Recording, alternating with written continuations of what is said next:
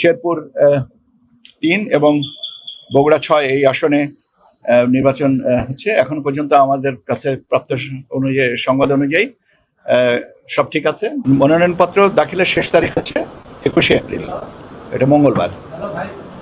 Returning officer মনোনয়নপত্র বাছাইয়ের জন্য ২২ এবং ২৩ তারিখ এটা আপনার সময় দিয়েছেন, আমাদের এখানেই এটা হবে। আপিল আবেদন ২৬ তারিখ, এটা রোববার, যদি কেউ আপিল করেন তাহলে এটা। আপিল নিষ্পত্তি ২৭-২৮ এপ্রিল। আপনারা এটা কপিটা দিয়ে দেবো যাতে আপনাদের জন্য নিতে। প্রার্থিতা প্রত্যাহারের শেষ তারিখ হচ্ছে আপনার ২৯ এপ্রিল, প্রতীক বরাদ্দ হবে ৩০ এপ্রিল, আর ভোট গ্রহণ হবে ১২ই মে।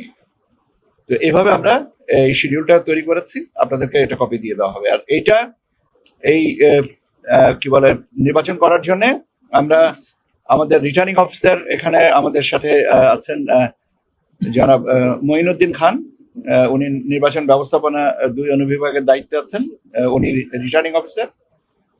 আমাদের জনাব মনির হোসেন, উনি আছেন নির্বাচন পরিচালনা অধিশাখার দায়িত্বে, উনি সহকারী রিটার্নিং অফিসার। এবং আমরা ৪ জন পোলিং অফিসারকে এই দায়িত্বে নিয়োজিত করেছি। এই তালিকাটাও আপনারা পেয়ে যাবেন। আর আগামীকাল ইনশাল্লাহ আমাদের শেরপুর ৩ এবং বগুড়া ৬ এই আসনে নির্বাচন হচ্ছে। এখন পর্যন্ত আমাদের কাছে প্রাপ্ত অনুযায়ী সংবাদ অনুযায়ী সব ঠিক আছে এবং একটা আশা করি যে আমরা যে বেঞ্চমার্কটা জাতীয় পর্যায়ের নির্বাচনে আপনাদের সকলের সহযোগিতায় করেছি সেটা থেকে প্লাস হবে। দৈনিক আজকের বাংলা .net